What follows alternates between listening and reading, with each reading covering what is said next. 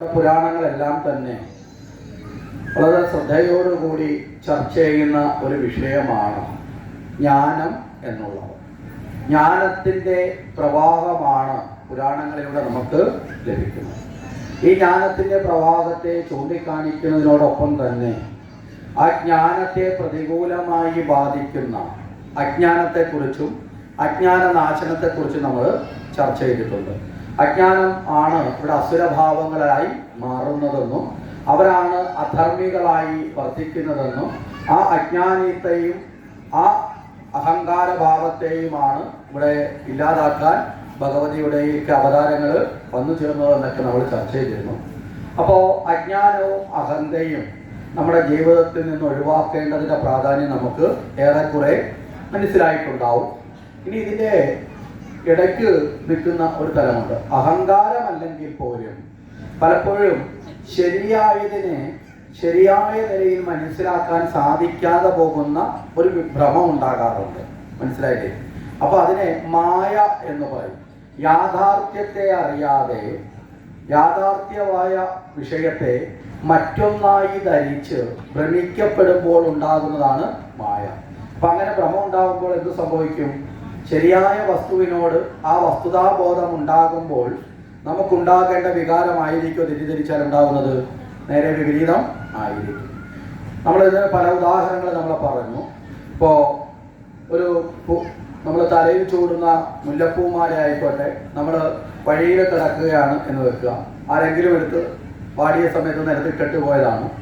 അപ്പോൾ രാത്രി കാലത്ത് ആരെങ്കിലും യാത്ര ചെയ്യുന്നവർ പറയുമ്പോൾ അവരറിയാതെ കാലത്തിലൊന്ന് തട്ടിയാൽ അല്ലേ, ആ മാല ഒന്ന് അനങ്ങുന്ന സമയത്ത് പെട്ടെന്ന് അവരുടെ മനസ്സിലേക്ക് മാല എന്ന ബോധമായിരിക്കില്ല കൂടുതൽ വരുന്നത്. എന്തായിരിക്കും?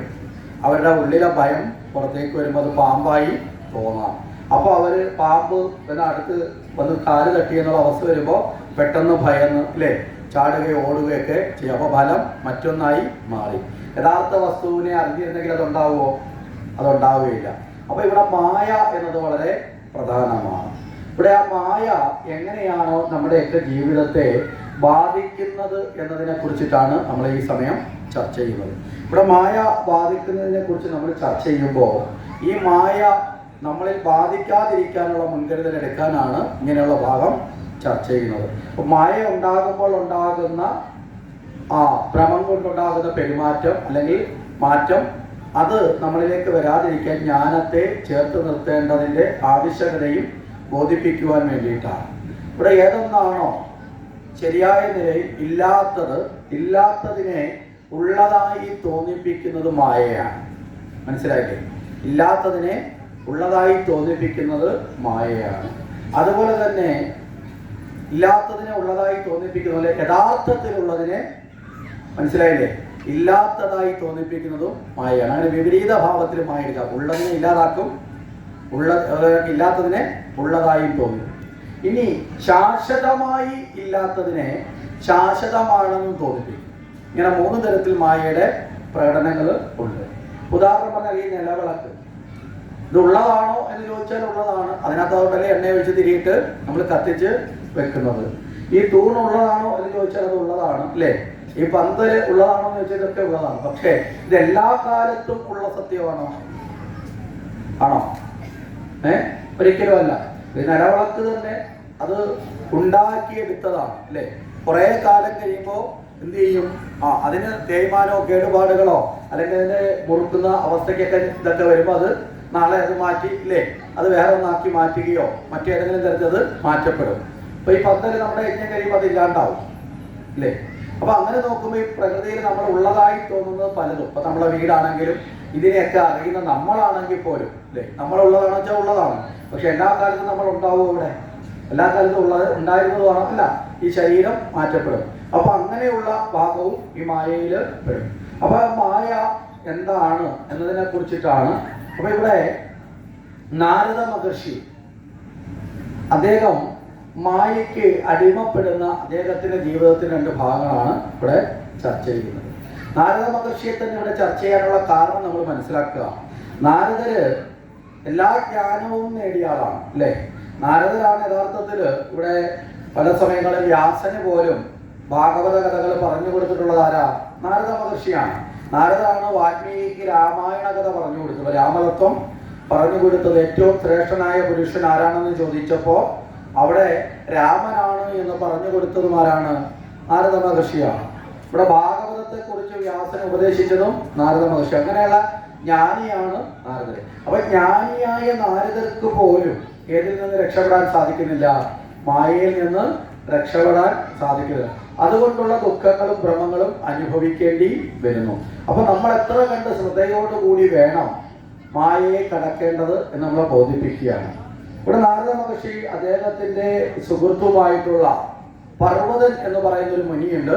ഈ പർവ്വത മുനിയുമായിട്ട് ഇവര് ഒരു യാത്ര പുറപ്പെട്ടു. ഈ യാത്ര പുറപ്പെടുന്ന വേളയിൽ ഇവർ രണ്ടുപേരും തമ്മിലുള്ള ഒരു പരസ്പര ധാരണയുണ്ട്. ഈ യാത്രാവേളയിൽ എന്ത് കാര്യങ്ങൾ അവരവർക്ക് സ്വയം തോന്നിയാലും പരസ്പരം ചർച്ച ചെയ്യണം.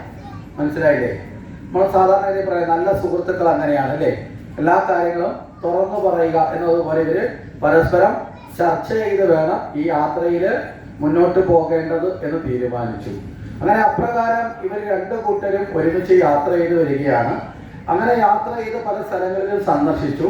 അങ്ങനെ തീർത്ഥാടനത്തിലൂടെ സന്ദർശിച്ച് ഇവർ അവസാനം സഞ്ജയൻ എന്ന് പറയുന്ന ഒരു രാജാവിന്റെ കൊട്ടാരത്തിൽ എത്തിച്ചേർന്നു. ഈ സഞ്ജയന്റെ കൊട്ടാരത്തിൽ എത്തിച്ചേർന്ന സമയത്ത് ഈ സഞ്ജയ രാജാവിനോട് ഇവർ പറഞ്ഞു, ഞങ്ങളിങ്ങനെ തീർത്ഥാടനം ചെയ്തു വരികയാണ്. ഇപ്പോ ചാതുർമാസ്യ വ്രതത്തിന്റെ കാലഘട്ടമാണ്. ചാതുർമാസ്യ വ്രതത്തിന്റെ കാലഘട്ടത്തിൽ ഈ 4 മാസക്കാലം അവർ യാത്ര ഒഴിവാക്കും. ഇത് പണ്ട് മുതലേ നമ്മുടെ ഋഷീശ്വരന്മാരുടെ ജീവിതത്തിന്റെ ഭാഗമായിട്ട് ഇത്തരത്തിലൊരു വ്രതാനുഷ്ഠാനമുണ്ട്. എന്തുകൊണ്ടാണെന്ന് വെച്ചാൽ ഈ മഹത്വക്കളായിട്ടുള്ളവർ എപ്പോഴും ലോക നന്മയ്ക്ക് വേണ്ടി യാത്ര ചെയ്തുകൊണ്ടേയിരിക്കുന്നില്ല. അവരിങ്ങനെ തങ്ങാറില്ല. ഇങ്ങനെ യാത്ര ചെയ്ത് പോകുന്നവരാണ്. അപ്പൊ അങ്ങനെ പോകുന്ന ഇവർക്ക് ഈ പ്രതികൂലമായ സാഹചര്യത്തിൽ യാത്രയ്ക്ക് ബുദ്ധിമുട്ടുണ്ടാവും. ഇപ്പം ചില കാലഘട്ടങ്ങളിൽ മഴ അങ്ങനെയൊക്കെ ഉള്ളതുണ്ടാവുമ്പോൾ യാത്രയ്ക്ക് ബുദ്ധിമുട്ടുണ്ടാവും. ആ കാലഘട്ടങ്ങളിൽ ഇവർ ഏതെങ്കിലും ഉചിതമായ സ്ഥലത്ത് എന്ത് ചെയ്യും? ഒരുമിച്ച് താമസിക്കും. അങ്ങനെ താമസിച്ചിട്ട് അവിടെ ഉപാസനകളൊക്കെ നടത്തി അവിടെ ഇരുന്നു കൊണ്ട് ഇവർ പരസ്പരം അറിഞ്ഞ അറിവുകൾ ചർച്ച ചെയ്ത് കൂടുതൽ അറിവുകൾ നേടും. മനസ്സിലായില്ലേ? അപ്പൊ പല വഴിക്ക് പോകുന്നവരിങ്ങനെ ഒരുമിച്ച് കൂടാറുണ്ട്. ചാതുർമാസ്യ വ്രത കാലഘട്ടം ഒരുമിച്ച് കൂടി അവരങ്ങനെയുള്ള ജ്ഞാനത്തെക്കുറിച്ച് ചർച്ച ചെയ്ത് കൂടുതൽ അറിവ് നേടും. കാരണം അറിവ് നേടി എന്തെങ്കിലും നമ്മൾ പൂർണ്ണതയാവുമോ? സാധാരണ നമ്മൾ പഠിക്കുന്ന പാഠപുസ്തകത്തിൽ ആൾക്കാർ ഞാൻ എല്ലാം പഠിച്ചു അല്ലേ? എന്താ കാര്യം? എനിക്ക് സർട്ടിഫിക്കറ്റ് കിട്ടി. എല്ലാം പഠിച്ചിട്ടാണ് സർട്ടിഫിക്കറ്റ് കിട്ടിയത് ആണോ? ആയിരിക്കണമെന്നില്ല. കാരണം പരീക്ഷയ്ക്ക് ചോദിച്ച ഭാഗങ്ങളിലുള്ളത് പഠിച്ചതൊക്കെ ചോദിച്ചത് കൊണ്ടും മാർക്ക് കിട്ടാം. എല്ലാം പഠിക്കുന്നതുമില്ല, ഇനി പഠിച്ചതെല്ലാം ഓർമ്മയിൽ നിലനിർത്തുന്നതും ഇല്ല. അപ്പോൾ ഒരു കാലിക പ്രതിഭാസത്തിലാണ് എല്ലാം അറിഞ്ഞെന്നുള്ള ധാരണ ഉണ്ടാവുന്നത്. ശാശ്വതമായ പ്രതിഭാസത്തിൽ അറിവ് ഒരിക്കലും പൂർണ്ണമാക്കപ്പെടുന്നില്ല. മനസ്സിലായില്ലേ? അറിവ്, ജീവിതത്തിന് വേണ്ട അറിവ് ഓരോ ഘട്ടം കഴിയുന്തോറും അറിവ് കൂടുതൽ മനസ്സിലാക്കേണ്ടതായിട്ടുള്ളതാണ് അറിവ്. അതുകൊണ്ടാണ് പറയുന്നത് മരണം വരെയും നമ്മൾ ആരാണ്? വിദ്യാർത്ഥികളാണ്. മനസ്സിലായില്ലേ? നമ്മളെല്ലാവരുടെയും ജീവിതത്തിൽ നമ്മൾ നിലനിർത്തേണ്ട ഒരു പ്രധാന ഘടകമാണ് നമ്മളെല്ലാവരും മരണം വരെയും വിദ്യാർത്ഥികളായിരിക്കണം. നേരെ മറിച്ച് ഞാനെല്ലാം അറിഞ്ഞു, എല്ലാം തികഞ്ഞു എന്ന് ചിന്തിച്ചാൽ അവിടെ നിന്നുണ്ടാവും അഹങ്കാരം വർദ്ധിച്ചു വരും. അറിവ് ഓരോ കാലഘട്ടത്തിലും പുതിയ അറിവുകൾ അല്ലേ? പുതിയ കാര്യങ്ങൾ നമുക്ക് കടന്നു വരും. അപ്പൊ ഓരോ കാലത്തിനനുസരിച്ച് ഇപ്പൊ ഭാഗവതം തന്നെ വ്യാഖ്യാനിക്കുമ്പോൾ ഭാഗവതം ആയിരക്കണക്കിന് വർഷം മുമ്പ് എഴുതപ്പെട്ടിട്ടുള്ളവരാണ്. 100 വർഷം മുമ്പ് ഇരുന്ന ഒരു ആചാര്യം വ്യാഖ്യാനിക്കുന്നത് ആയിരിക്കത്തില്ല ഇപ്പൊ ഈ കാലഘട്ടത്തിൽ ആചാര്യം വ്യാഖ്യാനിക്കുമ്പോൾ ഉണ്ടാകുന്ന ഭാവം. ഇതൊരു 100 വർഷം കൂടി കഴിയുമ്പോൾ അതിന് വീണ്ടും മാറ്റം. എന്താ കാരണം? ഓരോ കാലഘട്ടത്തിന്റെ ജീവിത രീതിക്കും അനുസരിച്ചിട്ട് വ്യാഖ്യാനിക്കപ്പെടും. അപ്പോൾ ഓരോന്നിനും അതിൻ്റെതായ പുതുമകൾ, അതിൻ്റെതായ കാഴ്ചപ്പാടുകൾ കടന്നു വരും. അപ്പോൾ അതുകൊണ്ട് അറിവ് ഒരിക്കലും പരിപൂർണമാക്കപ്പെടുന്നില്ല. അറിവ് വീണ്ടും ജീവിതകാലം മുഴുവൻ വിദ്യാർത്ഥി എന്ന ഭാവത്തിൽ വിനയത്തോടു കൂടി അറിവ് നേടാൻ നമുക്ക് സാധിക്കണം. അപ്പൊ വിനയമാണ് അറിവിന്റെ ഫലം എന്ന് പറയുന്നത്. ഇന്നത്തെ നമ്മൾ സാധാരണ ധരിച്ചിരിക്കുന്നത് പോലെ സർട്ടിഫിക്കറ്റുകളോ ഏതെങ്കിലും തരത്തിൽ ജോലി കിട്ടാൻ വേണ്ടിയിട്ടുള്ള റെക്കോർഡുകളോ മാത്രമാണ് അറിവ് എന്ന ധാരണയിൽ നമ്മൾ പെട്ടുപോകരുത്. അവിടെ ജീവിതകാലം മുഴുവൻ നമുക്ക് വിനയത്തിലേക്ക് എത്താൻ എത്ര കണ്ട് അറിവിലേക്ക് വിനയം വർദ്ധിക്കുമോ അത്ര കണ്ട് അറിവിലേക്ക് പോകാൻ നമുക്ക് സാധിക്കണം എന്നുള്ളതാണ് നമ്മുടെ യഥാർത്ഥത്തിൽ ഭാരതീയമായ കാഴ്ചപ്പാട് എന്ന് പറയപ്പെടുന്നത്. അപ്പൊ ഇവിടെ ഇവർ ഈ ചാതുർമാസ്യ കാലഘട്ടത്തിൽ ഈ സഞ്ജയൻ എന്ന രാജാവിന്റെ കൊട്ടാരത്തിൽ താമസിക്കാൻ തീരുമാനിച്ചു. കാരണം എല്ലാവർക്കും ആവശ്യമായിട്ടുള്ള താമസ സ്ഥലം, അവർക്കുള്ള ഭക്ഷണം, അവർക്കുള്ള പരിചരണം ഇതെല്ലാം ലഭിക്കുന്ന സ്ഥലത്തിലേ താമസിക്കാൻ പറ്റും. അങ്ങനെ തീരുമാനിച്ചു. ഇത് ഇവർ രാജാവിനോട് പറഞ്ഞു. രാജാവിന് വളരെ സന്തോഷമായി. കാരണം മഹാത്മാക്കള് അവരുടെ നാടുകളിലേക്ക് വരുന്നതോ കൊട്ടാരത്തിലേക്ക് വരുന്നവരുടെ വീടുകളിലേക്കോ വരുന്നത് മഹാപുണ്യമാണ്. മഹാത്മാക്കളുടെ പാദസ്പർശം കൊണ്ട് തന്നെ ഈശ്വരാനുഗ്രഹം വന്നു ചേരും എന്നാണ് ശാസ്ത്രം. അപ്പോൾ മഹാത്മാക്കള് വന്നു ചേരുക എന്ന് പറഞ്ഞാൽ അത് മഹാപുണ്യമാണ്. അപ്പൊ ആ മഹാപുണ്യത്തെ തനിക്ക് ലഭിച്ചിരിക്കുന്നു. ഇനിയോ ആ പറഞ്ഞാൽ അറിയിക്കാൻ പറ്റാത്ത പുണ്യത്തിലേക്ക് പോകുക. എന്താ കാരണം? ഇവര് 4 മാസക്കാലം അവിടെ താമസിക്കാൻ ആഗ്രഹിക്കുന്നു. അതിനുള്ള ഏർപ്പാടുകളൊക്കെ സഞ്ജയൻ ചെയ്തു കൊടുത്തു. അദ്ദേഹം അതിനുള്ള ഏർപ്പാടുകളൊക്കെ ചെയ്തു കൊടുത്തതിന് ശേഷം ഈ ഒരു മഹത്തുക്കളെ ശുശ്രൂഷിക്കുന്ന കാര്യത്തിലേക്ക് അദ്ദേഹത്തിന്റെ മകളായിട്ടുള്ള ദമയന്തിയെ തന്നെ ആ കാര്യം ഏൽപ്പിച്ചു. കാര്യം മറ്റൊരാളെ ഏൽപ്പിക്കാതെ മകളെ ഏൽപ്പിച്ചു. 2 കാര്യമാണ്. ഇപ്പൊ രാജാവിന് അത്രയും പ്രിയപ്പെട്ടവരാണ് ഇവരെന്നുള്ള ഒരു ഭാവം. ഏറ്റവും പ്രിയപ്പെട്ടവരായതുകൊണ്ടാണ് തോഴിമാരെയൊക്കെ മാറ്റിയിട്ട് ആരെ ഏൽപ്പിച്ചത്? മകളെ തന്നെ ഏൽപ്പിച്ചത്. 2, ഈ മഹാത്മാക്കളെ പരിചരിക്കുന്നതിലൂടെ ലഭിക്കുന്ന സുഹൃതം ആർക്ക് കിട്ടും? തൻ്റെ മകൾക്ക് ലഭിക്കും. ഈ 2 ഭാവത്തോട് കൂടിയിട്ടാണ് സഞ്ജയൻ ഈ കാര്യം ഏൽപ്പിച്ചത്. അങ്ങനെ അവിടെ കഴിഞ്ഞു. ഇവിടെ തൻ്റെ പിതാവിന്റെ നിർദ്ദേശം അനുസരിച്ച് ഈ സഞ്ജയന്റെ പുത്രിയായ ദമയന്തി എല്ലാ കാര്യങ്ങളും കൃത്യമായി ഒരുക്കി എല്ലാ കാര്യങ്ങളും ആർക്ക് ചെയ്തു കൊടുക്കാൻ തുടങ്ങി? ഈ മഹർഷികൾക്ക് ചെയ്തു കൊടുത്ത് ഇങ്ങനെ മുന്നോട്ട് പോവുകയാണ്. അപ്പൊ ഇവിടെ ഈ 2 പേര് വന്നതിനകത്ത് 2 പേരും മഹായോഗികളാണ്, ജ്ഞാനികളാണ്. ഇതിൽ നാരദന് സംഗീതവാസനയുള്ള ഒരാളാണ്. നമുക്കറിയാം, നാരദന്റെ കയ്യിൽ എപ്പോഴും എന്തുണ്ടാവും? ഒരു തമ്പുരു ഉണ്ടാവില്ല, വീണ പോലെ ഒരു സാധനം ഉണ്ടാവും, ഒരു തമ്പുരു ഉണ്ടാവും. ആ തമ്പുരുവിന് ഒരു പേരുണ്ട്. എന്താണെന്നറിയോ? പറക്കെ പറഞ്ഞോ? ആ തമ്പുരുവിനൊരു പേരുണ്ട്, സുമതി എന്നാണ് ആ വീണയുടെ പേര്. തമ്പുരുവിന്റെ പേര് സുമതി എന്ന് പറഞ്ഞാൽ സുമതി എന്നത് ബുദ്ധി എന്നാണ്. സു എന്ന് വെച്ചാൽ നല്ല ബുദ്ധി, നല്ല ബുദ്ധിയെ പ്രവഹിക്കുന്നത്, സദ്ഗുണത്തെ പ്രവഹിക്കുന്നത്. മനസ്സിലായില്ലേ? നമ്മളെ ഈ മഹാത്മാക്കളുടെ കയ്യിലിരിക്കുന്ന, ദേവന്മാരുടെ കയ്യിലിരിക്കുന്ന ഓരോ വസ്തുക്കൾക്ക് ഇങ്ങനെയുള്ള അർത്ഥ തലങ്ങളുണ്ട് നമ്മൾ മനസ്സിലാക്കുക. അപ്പോ ആ തമ്പുരൊക്കെ വീട്ടിക്കൊണ്ടിരുന്നിട്ട് ഇവിടെ ഇടയ്ക്കിടയ്ക്ക് നാരദൻ എന്ത് ചെയ്യും? നല്ലതുപോലെ പാട്ട് പാടാറുണ്ട്. അപ്പൊ നാരദര് സംഗീതത്തിന്റെയും നാഥനാണ്, ശാസ്ത്രങ്ങളുടെ എല്ലാ അറിവിന്റെയും നാഥനാണ് നാരദര്. അപ്പൊ നാരദർ അവിടെ നിന്നോട്ട് പാട്ട് പാടാറുണ്ട്. അപ്പൊ ഈ മറ്റ് കർമ്മങ്ങളൊക്കെ കഴിഞ്ഞിട്ട് നാരദര് തന്റെ വീണയിലിരുന്ന് ഈ പാട്ട് പാടുന്നതൊക്കെ കേൾക്കാൻ വേണ്ടി അടുത്ത് വന്ന് ആരിയ്ക്കും? ഈ പെൺകുട്ടി വന്ന് ഇരിക്കും, ദമയന്തി വന്ന് ഇരിക്കും. അങ്ങനെ വന്നപ്പോൾ കൂടുതൽ സമയം ഈ ദമയന്തിയുമായി അടുത്ത് ഇടപഴകാനുള്ള അവസരം സൃഷ്ടിക്കപ്പെട്ടു. മനസ്സിലായില്ലേ? കൂടുതൽ സമയം അടുത്ത് ഇടപഴകാനുള്ള അവസരം സൃഷ്ടിക്കപ്പെട്ടു. ഇവിടെയാണ് നമ്മുടെ ശാസ്ത്രത്തിൽ അഷ്ടാംഗ മൈഥുനം എന്ന് പറയുന്ന ഒരു സങ്കല്പമുണ്ട്. അവിടെ ബ്രഹ്മനിഷ്ഠയിൽ വർത്തിക്കുന്നവര് അഷ്ടാംഗ മൈഥുനത്തിൽ നിന്ന് മുക്തരായിരിക്കണം എന്ന് പറയും. സ്പർശനം, സാമീപ്യം, സംഭാഷണം, മനസ്സിലായില്ലേ? ഇങ്ങനെ പല അടുപ്പങ്ങളിൽ നിന്ന് വിട്ടുനിൽക്കണമെന്ന് ശാസ്ത്രം പറയാറുണ്ട്. അതുകൊണ്ടാണ് ഈ അഷ്ടാംഗ മൈഥുന രൂപത്തിലാണ് ശബരിമല അയ്യപ്പൻ ഇരിക്കുന്നത്. മനസ്സിലായി? അഷ്ടാംഗ മൈഥുനത്തെ വെടിഞ്ഞ ബ്രഹ്മനിഷ്ഠയിലാണ്. അതുകൊണ്ടാണ് അയ്യപ്പന്റെ ക്ഷേത്രത്തിൽ പോകുമ്പോൾ അവിടെ ഒരു പ്രായത്തിലുള്ള ആൾക്കാർക്ക്, മനസ്സിലായില്ലേ, യുവതികൾക്ക് പ്രവേശനം പാടില്ല എന്ന് പറയുന്നത് തന്ത്രപരമായി നിലനിൽക്കുന്ന ഒരു കാരണം എന്ന് പറഞ്ഞു കഴിഞ്ഞാൽ അയ്യപ്പന്റെ വിഗ്രഹ സങ്കല്പം അവിടെ എന്താണ്? അവിടെ സ്വാഭാവികമായിട്ട് സമാധിസ്ഥനാണ്, യോഗസമാധിയാണ്. യോഗസമാധിസ്ഥനായിരിക്കുന്ന അയ്യപ്പൻ, നമുക്കറിയാം ക്ഷേത്രം അടയ്ക്കുന്ന സമയത്ത് അവിടെ ഭഗവാനെ ഭസ്മം കൊണ്ട് മൂടും. മനസ്സിലായില്ലേ? വിഗ്രഹം മുഴുവൻ ഭസ്മം കൊണ്ട്, തങ്കഭസ്മം കൊണ്ട് മൂടും. ആ ഭസ്മം കൊണ്ട് മൂടി യോഗദണ്ഡ് ആ വിഗ്രഹത്തിൽ ചേർത്ത് വെച്ച് ഭസ്മം മൂടിയിട്ടാണ് നട അടയ്ക്കുന്നത്. എല്ലാ ദിവസവും അല്ല. ഈ നമ്മുടെ മണ്ഡലവ്രതമൊക്കെ കഴിഞ്ഞു, മാസപൂജയൊക്കെ കഴിഞ്ഞിട്ട് പിന്നെ കുറേ നാളുകൾ അടച്ചിടുമല്ലോ, ഒരു മാസത്തിൽ 10-20 ദിവസത്തോളം. ആ അടവ് വരുമ്പോൾ ഭസ്മം മൂടി അവിടെ യോഗദണ്ഡ് വെച്ച് അവിടെ അത് മൂടിയാണ് അടയ്ക്കുന്നത്. കാരണം അത് സമാധിസ്ഥനാണ്, അവിടെ യോഗ സമാധിയാണ്. അപ്പൊ യോഗ സമാധിയിൽ ഇരിക്കുന്ന ബ്രഹ്മനിഷ്ഠ ഭാവത്തിലാണ് അവിടെ പ്രതിഷ്ഠയുള്ളത്. അപ്പൊ ആ സമയത്ത് അഷ്ടാംഗ മൈഥുനം പാടുന്നതാണ് ഈ മാലയിടുന്നവര് അങ്ങനെയുള്ള മറ്റ് സ്പർശനങ്ങളും സംഭാഷണങ്ങളും ഒക്കെ മാറ്റി അവരൊരു വ്രതാനുഷ്ഠാനത്തിലൊക്കെ ജീവിക്കണം എന്ന് പറയുന്നത് അതിൻ്റെ അർത്ഥത്തിൽ കൂടെയാണ്. അപ്പൊ ഇവിടെ നേരെ മറിച്ചായി. ഇവിടെ എന്ത് പറ്റി? ഇവിടെ ഈ നാരദ മഹർഷിക്ക് കൂടുതൽ സമയം ഇവിടെ ആ സുന്ദരിയായ ദമയന്തിയോട് ഇടപഴകാനുള്ള അവസരം കിട്ടി.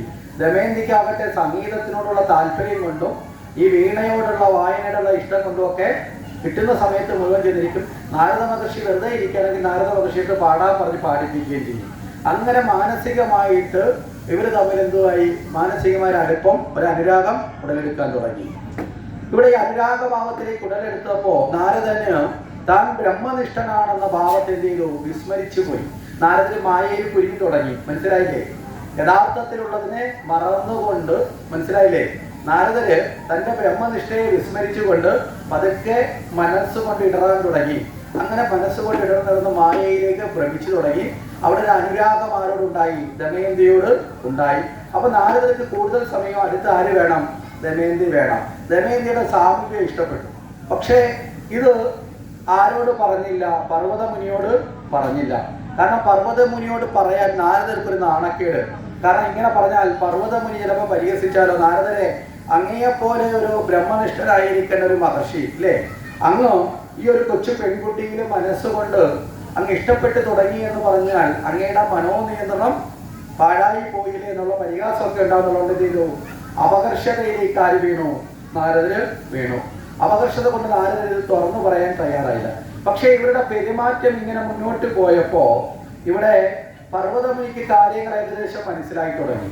പർവ്വതമുനി നാരദരോട് ചോദിച്ചു, നാരദരെ എന്തെങ്കിലും തരത്തിൽ എന്നിൽ നിന്ന് എന്തെങ്കിലും മറച്ചു വെക്കുന്നുണ്ടോ, എന്തെങ്കിലും മറച്ചു വെക്കുന്നുണ്ടോ? നാരദര് പറഞ്ഞു, ഏയ് ഞാനൊന്നും മറച്ചു വെച്ചിട്ടേ ഇല്ല ഇതുവരെയും എന്നൊക്കെ പറഞ്ഞ് അഭിനയിച്ചു. പക്ഷെ പർവ്വതം പറഞ്ഞു, അങ്ങനെയല്ല, അങ്ങയുടെ പെരുമാറ്റത്തിനൊക്കെ ഒരു മാറ്റം വരുന്നുണ്ട്.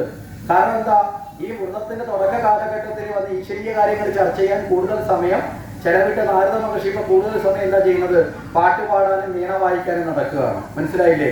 അങ്ങനെ ആയപ്പോഴത്തേക്ക് ഇവിടെ ഈ പർവ്വതമുനി കാര്യങ്ങളൊക്കെ ചോദിച്ച് മനസ്സിലാക്കാൻ ശ്രമിച്ചു.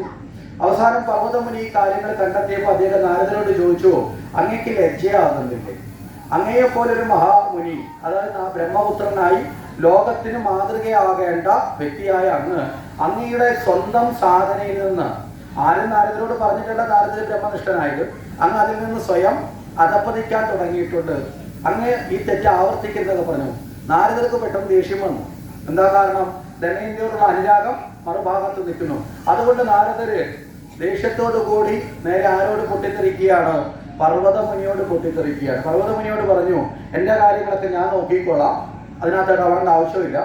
ഞാൻ അങ്ങനെ എനിക്ക് ഇഷ്ടമുണ്ടെങ്കിൽ ചിലപ്പോൾ ദമയന്തിയെ ഞാൻ അനുരാഗത്തിൽ പ്രേമിക്കും, അതൊക്കെ എൻ്റെ ഇഷ്ടമാണ്, അങ്ങനെ എൻ്റെ ഇഷ്ടങ്ങളൊക്കെ മാറ്റി വെക്കേണ്ട കാര്യങ്ങളൊന്നും ഇല്ലെന്ന് പറഞ്ഞ് ആരോട് ദേഷ്യപ്പെട്ടു, പർവ്വതമുനിയോട് ദേഷ്യപ്പെട്ടു. നമ്മുടെയൊക്കെ ജീവിതത്തിൽ സംഭവിക്കുന്ന ഒരു കാര്യമാണ് അല്ലേ. നമ്മുടെയൊക്കെ ജീവിതത്തിൽ നമ്മളെ വളർത്തിയെടുത്ത അച്ഛനമ്മമാരോടൊക്കെ സ്നേഹത്തോടു കൂടി നമ്മളിങ്ങനെ വളർന്നു വരും. അതിനിടയിൽ വെച്ചിട്ടാണ് ഏതെങ്കിലും ഒരു പെണ്ണും ചെറുക്കനുമായിട്ടൊക്കെ മനസ്സിലൊരു പ്രേമം വന്നാൽ അച്ഛനും അമ്മയും നമ്മുടെ നല്ല ജീവിതത്തിന് വേണ്ടി നോക്കിയിട്ട് അത് അനുയോജ്യമല്ലാത്തതാണെങ്കിൽ ചിലപ്പോൾ അച്ഛനും അമ്മയും പറയും, അത്തരം കാര്യങ്ങളൊന്നും പാടില്ല. പാടില്ല എന്ന് പറയുന്നതോടുകൂടി പിന്നെ ആരായിരിക്കും ശത്രു? മനസ്സിലായില്ലേ? നമുക്ക് വേണ്ടി ജീവിതം മുഴുവൻ ഒഴിഞ്ഞു വെച്ച് ജീവിതത്തിലെ എല്ലാ സുഖങ്ങളും മാറ്റി വെച്ച് അല്ലേ നമ്മളെ വളർത്തിയെടുത്തവരെ നമ്മൾ ശത്രുത പ്രഖ്യാപിച്ച് പിന്നെ അവർക്കെതിരെ മനസ്സുകൊണ്ട് പെരുമാറുന്നവരായി പലപ്പോഴും വന്ന് ചേരാറുണ്ട്. ഇതുപോലെ തന്നെ നാരദർക്ക് വന്നു. നല്ല സൗഹൃദവും നല്ല ആ ഒരു ഉപദേശങ്ങളെയൊക്കെ വെടിഞ്ഞ് നാരദര് ഇവിടെ എന്ത് ചെയ്തു, ഒരു അകലം പർവ്വതത്തിൽ നിന്ന് അകന്നു നിൽക്കാൻ ശ്രമിച്ചു. അപ്പോ പർവ്വതമുനിക്ക് അങ്ങോട്ട് ഇഷ്ടപ്പെട്ടില്ല. പർവ്വതമുനി ഈ തെറ്റായ മാർഗത്തിലേക്ക് പോകുന്നുണ്ട്. നാരദർക്ക് ഒരു ശാപം കൊടുത്തു, ചാഞ്ചല്യമില്ലാത്തവൻ അല്ലേ. നാരദർക്ക് ഉറപ്പില്ലല്ലോ, മനസ്സാഞ്ചല്യമായി വന്നു. അപ്പം മനഃചാഞ്ചല്യം വന്നതുകൊണ്ട് ഉറപ്പില്ല ഒരു കാര്യത്തിൽ. എന്താ വന്നത്, ബ്രഹ്മനിഷ്ഠനാണ്, ഇപ്പൊ ഉറപ്പുണ്ടോ? ഇല്ല, അതിന് മാറി. അതുകൊണ്ടൊരു ശാപം കൊടുത്തു, ഈ വാനര മുഖത്തോടു കൂടിയവനായി പോട്ടെ, അതായത് കൊരങ്ങന്റെ മുഖം വന്ന് ഭവിക്കട്ടെ എന്ന് ആര് ശപിച്ചു? പർവ്വതം ശപിച്ചു. എന്താ ഈ കൊരങ്ങന്റെ മുഖം എന്ന് പറയുന്നതിന്റെ കാരണം? കൊരങ്ങന്മാർക്കൊരു പ്രത്യേകതയുണ്ട്. എന്താ, ഒരിടത്ത് അടങ്ങിയിരിക്കുന്ന സ്വഭാവം ആർക്കും ഉണ്ടാവില്ല അല്ലേ. മരഞ്ചാടി കുരങ്ങൻ എന്ന് തന്നെയാണ് അതിനെ പറഞ്ഞത്. ഒരിടത്തും ചാടി, അടുത്തത് ചാടി, അടുത്തത് ചാടി, ഇങ്ങനെ നടക്കും. അതുപോലെയാണ് ആരുടെ സ്വഭാവം ഇപ്പൊ നാരദർക്ക്. നാരദർ യഥാർത്ഥത്തിൽ അവിടെ ഒരു ജിതേന്ദ്രിയനാണ്, മനോനിയന്ത്രണത്തിൽ നിന്ന ആളാണ്. ഇപ്പൊ അതിൽ നിന്ന് ഇളക്കം വന്നു. അതുകൊണ്ട് ഇളക്കം വന്നവെന്ന അർത്ഥത്തിൽ വാനര മുഖത്തോടെ അവനത്തെ എന്ന് ശപിച്ചു. ഇതേ സമയത്ത് നാരദരും വിട്ടുകൊടുത്തില്ല. നാരദർ എന്ത് ചെയ്തു, പർവ്വതനെ ശപിച്ചു, നീ അലഞ്ഞു തിരിഞ്ഞ് നടക്കട്ടെ, ഒരിടത്ത് സ്ഥിരമായി ഇരിക്കാൻ സാധിക്കാതെ അലഞ്ഞു തിരിഞ്ഞ് നടക്കട്ടെ എന്ന് തിരിച്ച് ശപിച്ചു. അങ്ങനെ ഇത് കഴിഞ്ഞ് പർവ്വതമുനി അവിടെ വിട്ടുപോയി. നാരദർ അവിടെ തന്നെയാണ്. നാരദർക്ക് ഇനി തിരിച്ച് ദേവലോകത്തേക്ക് പോകാൻ പറ്റില്ല. രണ്ട് കാരണം. ഒന്ന് ഈ വാനരന്റെ മുഖം, മനസ്സിലായില്ലേ, അതൊരു കാരണം. അപ്പൊ ആൾക്കാർ കാര്യം ചോദിക്കുമ്പോൾ ഈ കാരണം മൊത്തവും പറയണം. അപ്പൊ തനിക്ക് പറ്റിയ വീഴ്ച ലോകം മുഴുവൻ അറിയും. അതുണ്ടാവരുത്. രണ്ടാമത്തെ കാര്യം, ഇങ്ങനെ ഇവിടം വിട്ടു പോയാൽ ദമയന്തി നഷ്ടപ്പെടും, അതും ഉണ്ടാവരുത്. അപ്പൊ നാരദൻ ചെയ്തു, കൊട്ടാരത്തിൽ തന്നെ താമസമായി. 4 മാസം കഴിഞ്ഞു, പർവ്വതം വിട്ടുപോയി. അവിടെ നിന്ന് നാരദ മഹർഷി അവിടെ തന്നെ താമസിക്കുകയാണ്. ഈ സമയത്ത് ഈ പെൺകുട്ടി നാരദരെടുത്ത് ചോദിച്ചു. നാരദരോട് ഈ പെൺകുട്ടിക്കും ഇഷ്ടമായി. അപ്പോൾ ഇഷ്ടത്തോടു കൂടി അടുപ്പമുള്ളത് കൊണ്ട് വന്ന് ഈ രൂപം കണ്ടപ്പോൾ ഭയന്നുപോയി. അങ്ങയുടെ മുഖം എന്താ ഇങ്ങനെ ഇരിക്കുന്നത്? ഇതുവരെ കണ്ട സുന്ദര രൂപം മാറി കുരങ്ങന്റെ രൂപം വന്നല്ലോ എന്ന് ചോദിച്ചപ്പോൾ നാരദര് സത്യം പറയാൻ പറ്റില്ലല്ലോ. നാരദര് കള്ളം പറഞ്ഞ് ഈ പെൺകുട്ടിയെ എടുത്തു. അങ്ങനെയാണ് ഈ പലപ്പോഴും പല പ്രണയവും പുഷ്പിക്കുന്നത് കള്ളത്തരങ്ങൾ പറഞ്ഞിട്ടാണ്, മനസ്സിലായില്ലേ? വഴി വെച്ച് ആരെങ്കിലും കാണും, അങ്ങോട്ടും ഇങ്ങോട്ടും പരിചയപ്പെട്ട് കഴിയുമ്പോൾ എന്ത് പറയും? യാഥാർത്ഥ്യം പറയില്ല. യാഥാർത്ഥ്യം മറച്ചു വെച്ചുകൊണ്ട് എന്ത് പറയും? ഇല്ലാത്തതൊക്കെ അപ്പുറത്ത് നിൽക്കുന്ന ആളിന് ഇഷ്ടം വരുന്ന തോന്നുന്ന തരത്തിലുള്ള കള്ളത്തരങ്ങളെല്ലാം ചമച്ച് പറഞ്ഞു കൊടുക്കും. എല്ലാ കള്ളത്തരങ്ങളും കേട്ട് അല്ലേ, ഇതൊക്കെയാണ് ശരി, എന്തൊക്കെ പരമാനന്ദമാണെന്നൊക്കെ പറഞ്ഞിട്ടാണ് അച്ഛനെ അമ്മയൊക്കെ കളഞ്ഞ് അങ്ങോട്ടും ഇങ്ങോട്ടൊക്കെ ഓടിച്ചേരുന്നത്. അത് ചെന്ന് കഴിയുമ്പോഴായിരിക്കും അറിയുന്നത് മിക്കവാറും എലിപ്പത്തായത്തിനകത്താ വീണത്, രക്ഷയില്ലാതെ ഒരുങ്ങി പോകുന്ന അവസ്ഥ വരും. കാര്യം എപ്പോഴും ഇഷ്ടം കിട്ടാൻ വേണ്ടി യഥാർത്ഥ ഭാവത്തെ മറച്ചു വെക്കും. യഥാർത്ഥ ഭാവത്തെയൊക്കെ മറച്ചു വെച്ചിട്ട് ആകർഷിപ്പിച്ചു കൊണ്ടുപോകും. അപ്പൊ അങ്ങനെയൊക്കെയുള്ള അബദ്ധങ്ങൾ ഒരുപാട് ഇന്നത്തെ കാലത്ത് പ്രത്യേകിച്ചും ഈ സോഷ്യൽ മീഡിയ വന്നതോടുകൂടി ഇങ്ങനെയുള്ള ആപത്തുകൾ വളരെ കൂടിക്കൊണ്ടിരിക്കുക, കുറയുകയല്ല കൂടിക്കൊണ്ടിരിക്കുക. കാരണം എന്താ? ഇന്ന് ഇവിടെ ഇരുന്നുകൊണ്ട് ചാറ്റ് ചെയ്യുന്നത് ഇന്ന് വരെ നമ്മൾ കണ്ടിട്ടില്ലാത്ത നാട്ടിലുള്ള ആളിനെ ചാറ്റ് ചെയ്യുന്നത്. അവിടെ ചാറ്റ് ചെയ്തിട്ടാണ് ഇവിടുന്ന് നേരെ 11 kV വയറ് അവിടേക്ക് വലിച്ചു കെട്ടും, അവിടുന്ന് 11 kV ഇവിടേക്ക് വലിച്ചു കെട്ടും. ട്രാൻസ്ഫോമറിൽ കൂടെ അമിതമായ കറണ്ട് പ്രവഹിക്കും. അവസാനം ചില കറണ്ടൊക്കെ കുഴപ്പമില്ലാതെ വരും, ബാക്കി കറണ്ടൊക്കെ മിക്കവാറും ഫീസ് അടിച്ച് പോകും. അവസാനം ആത്മഹത്യ ചെയ്യുന്നവരിലേക്ക് എത്തും, മാനസികമായ തലത്തിലേക്ക് എത്തും. ചിലരൊക്കെ ജീവിതത്തിൽ പോയി കുരുങ്ങിയിട്ട് അവസാനം രക്ഷപ്പെടാൻ ഗതിയില്ലാതെ, മനസ്സിലായില്ലേ, രക്ഷപ്പെടാൻ ഗതിയില്ലാതെ അവസാനം വലഞ്ഞ് ജീവിതത്തിൽ എല്ലാം സഹിച്ച് നരകതുല്യമായ ജീവിതത്തിൽ ജീവിക്കേണ്ടി വരുന്ന അസംഖ്യം ആൾക്കാർ, ഒന്നും രണ്ടൊന്നുമല്ല, അസംഖ്യം ആൾക്കാരുണ്ട്. ഞാനപ്പോൾ എന്തുകൊണ്ടാണ് ഇത് കൂടുതൽ നിങ്ങളുടെ മുമ്പിൽ ഇത് പറയാൻ ഉള്ള കാരണം എന്ന് വെച്ചാൽ, ഈ കൗൺസിലിംഗ് ക്ലാസ്സുകൾ എടുക്കാൻ പോകാറുണ്ട് പല സമയത്ത്. അപ്പം അതിൽ ചില സമയത്ത് ഈ പോലീസ് ഡിപ്പാർട്ട്മെൻറ്റുമായിട്ട് ബന്ധപ്പെട്ടിട്ട് അവരുടെ ചില കൗൺസിലിംഗ് ക്ലാസ്സുകൾക്കും അത്യാവശ്യം ചില സമയങ്ങളിൽ വിളിക്കുമ്പോൾ പോകാറുണ്ട്.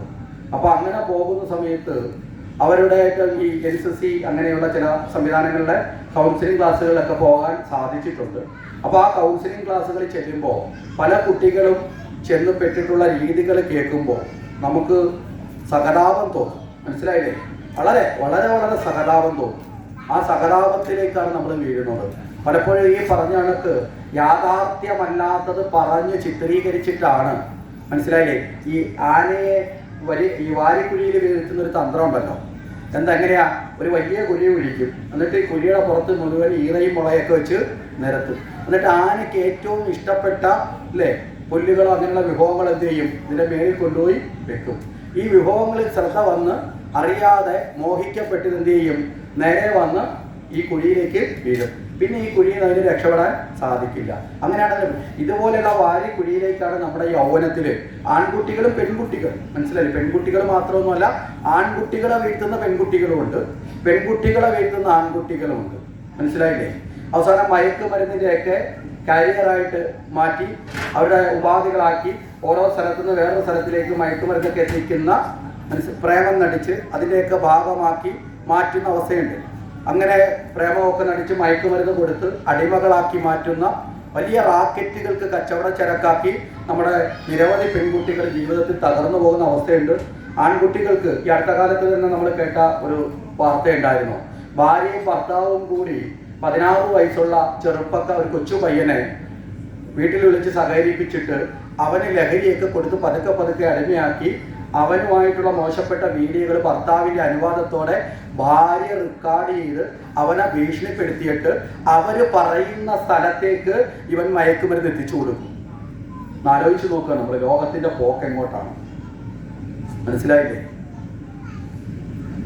അവസാനം ആ പയ്യൻ പിടിക്കപ്പെട്ടു, അകത്ത് പോകേണ്ടി വന്നു, കേസിൽ ഈ ഭാര്യയും ഭർത്താവും പിടിക്കപ്പെട്ടു. പക്ഷേ അത്തരത്തിൽ എത്ര മാതാപിതാക്കളുടെ സ്വപ്നമാണ് തകരുന്നത്. ഓരോ കുഞ്ഞിന് ജന്മം കൊടുക്കുമ്പോഴും ആ കുഞ്ഞിനെ വളർത്തുമ്പോഴും ആ മാതാപിതാക്കൾക്കൊരു വലിയ സ്വപ്നമുണ്ട് അല്ലേ?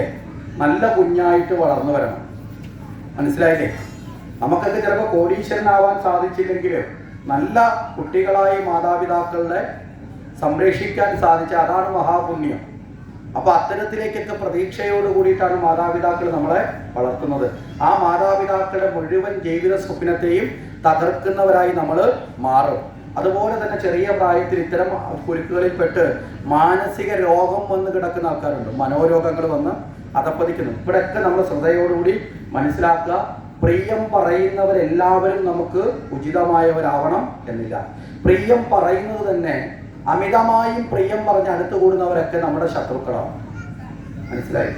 കാര്യമില്ലാതെ ആരെങ്കിലും നമ്മളെ കൂടുതൽ സ്നേഹിക്കുന്നുണ്ടെങ്കിലും പുകഴ്ത്തുന്നുണ്ടെങ്കിലും അവരാരാണ്? ശത്രുക്കളാണ്. ഒരു സംശയം വേണം.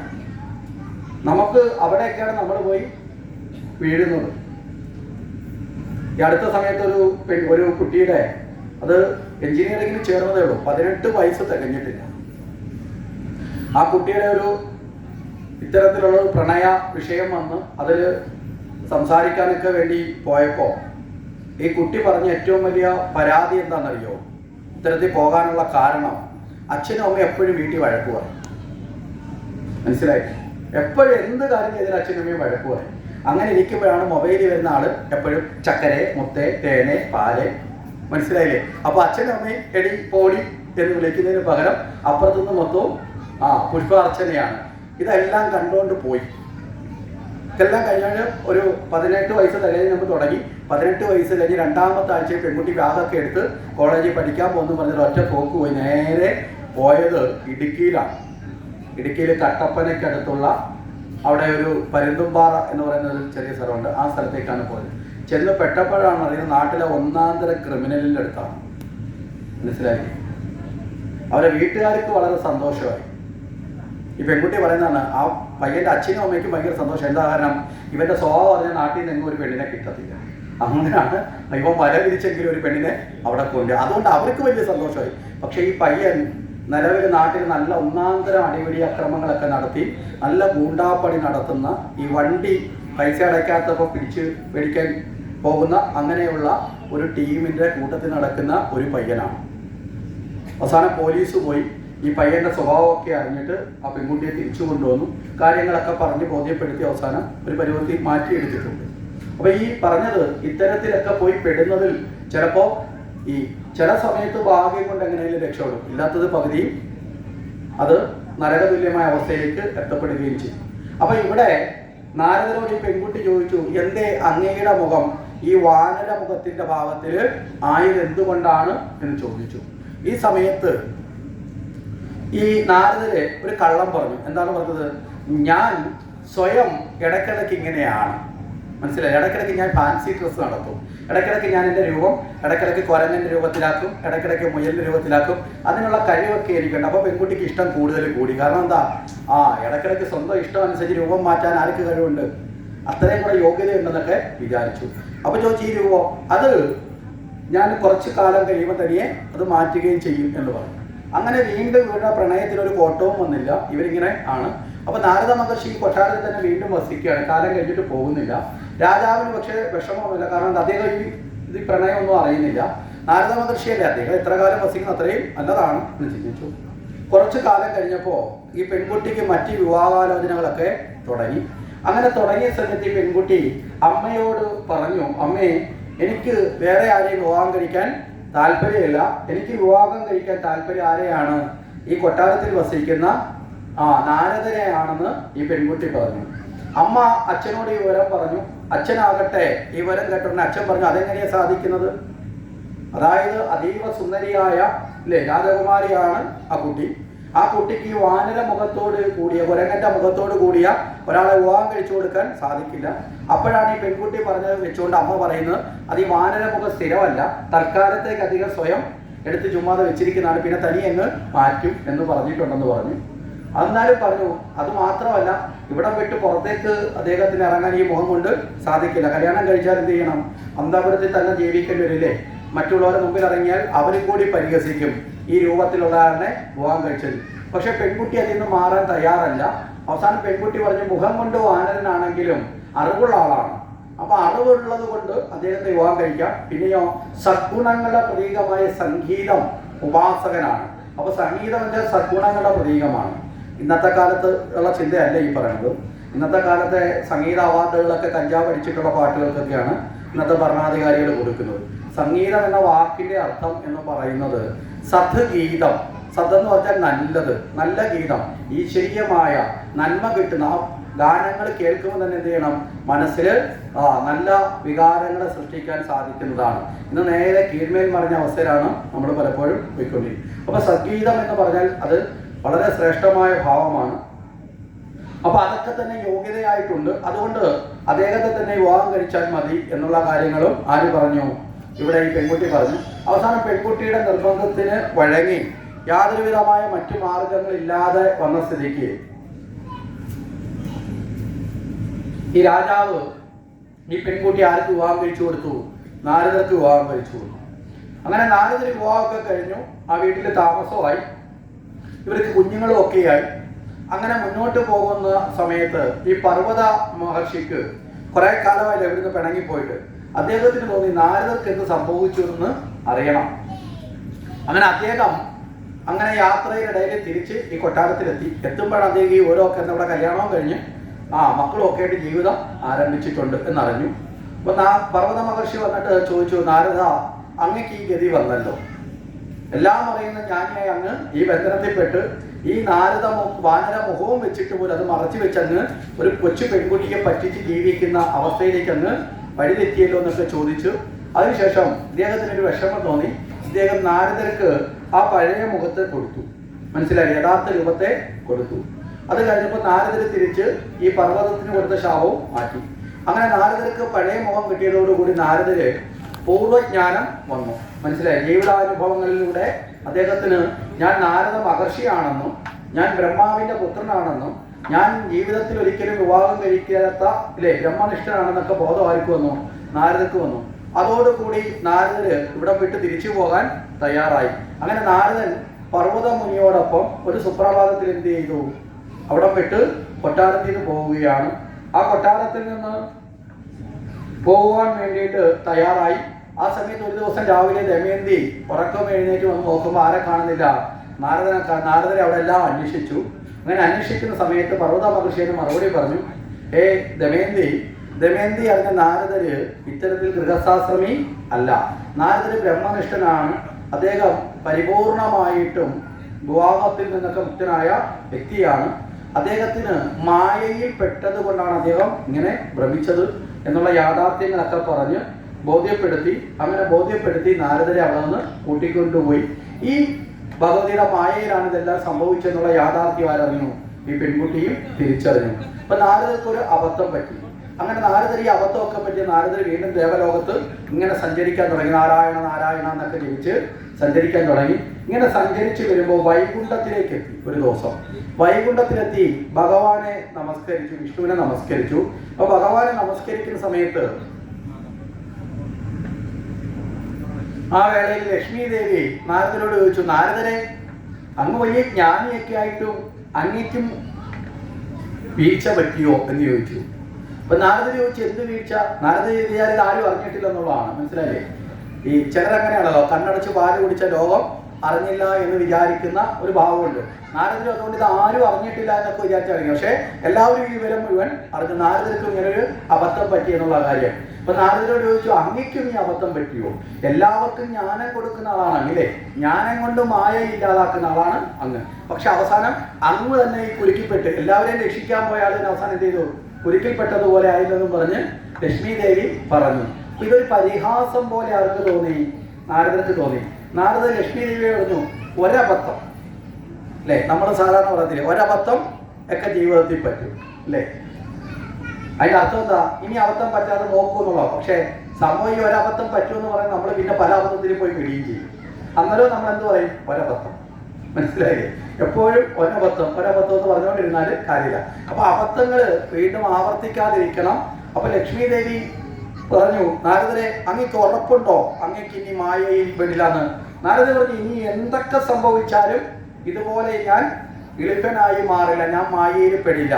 കാരണം ഇപ്പോൾ ഒരു പ്രാവശ്യം പറ്റിയതോടുകൂടി എൻ്റെ മനസ്സ് രൂപപ്പെട്ടിട്ടുണ്ട്. അതുകൊണ്ട് ഇനി ഞാൻ മായയ്ക്ക് അടിമപ്പെടില്ല എന്നൊക്കെ ആരും വീമ്പിളക്കി, നാരദന് വീമ്പിളക്കി. ഇപ്പൊ ലക്ഷ്മി ദേവിക്ക് ആ സമയത്ത് നാരദന് പറഞ്ഞ വാക്ക് ശരിയാണെന്നറിയാൻ വിഷ്ണു ഭഗവാനെ നോക്കി. വിഷ്ണു ഭഗവാൻ പതുക്കെ കണ്ണടച്ച് കാണിച്ച് ചുമ്മാതെ ഇതൊക്കെ. ഇനി നാരദന് എത്ര വീഴാൻ പോവുകയാണ്. കാരണം എന്താ, നാരദക്ക് ഞാൻ ഇനി വീഴില്ല എന്ന വാക്ക് അഹന്ത കൊണ്ടാണ് വന്നത്. മനസ്സിലായില്ലേ? അഹന്ത ഉള്ളിൽ നിന്ന് പോയിട്ടില്ല എങ്കിൽ ആ വ്യക്തിക്ക് ജീവിതത്തിൽ പിന്നീട് എന്ത് സംഭവിക്കും? വീഴ്ചകൾ ഉണ്ടാവും. അപ്പൊ ജീവിതത്തിൽ ദുഃഖങ്ങളുടെയും വീഴ്ചകളുടെയും ഒക്കെ കാരണമായിട്ട് മാറുന്നതാണ് ഏത്? അഹന്ത എന്ന് പറയുന്നത്. അപ്പൊ നാരദരെ ആ ഒരു അവസ്ഥയിലേക്ക് എത്തി. ഇവിടെ ഭഗവാൻ തന്നെ ഒരു ദിവസം നാരദരോട് പറഞ്ഞു, നാരദരെ നമുക്കൊരു സ്ഥലം വരെ പോകണം എന്ന് പറഞ്ഞു. അങ്ങനെ ചില കാര്യങ്ങൾ നാരദർക്ക് അനുഭവിപ്പിച്ചു കൊടുക്കുക എന്നുള്ളതാണ് ഭഗവാന്റെ ദശം. അങ്ങനെ ഭഗവാനും നാരദരും കൂടെ വേഷം മാറി. ഇവർ രണ്ടുപേരും കൂടി ഒരു സ്ഥലം വരെ പോകാൻ വേണ്ടി തീരുമാനിച്ചു. അത് വളരെ കൂടുതൽ ദൂരം യാത്ര ചെയ്ത് ഇന്ന് ഭൂമിയിലേക്കൊക്കെ എത്തിച്ചേർന്ന് അങ്ങനെ യാത്ര ചെയ്ത് വരുന്ന സമയത്ത് ഭഗവാൻ പറഞ്ഞു, നാരദരെ വളരെ ദീർഘമായ സമയം യാത്രയ്ക്ക് എടുക്കും, കുറേയൊക്കെ ക്ഷീണം അനുഭവപ്പെടുന്നുണ്ട്. ഇനി അതുകൊണ്ട് അടുത്തുള്ള ഒരു പൊയ്കയുണ്ട്, ഒരു തടാകം.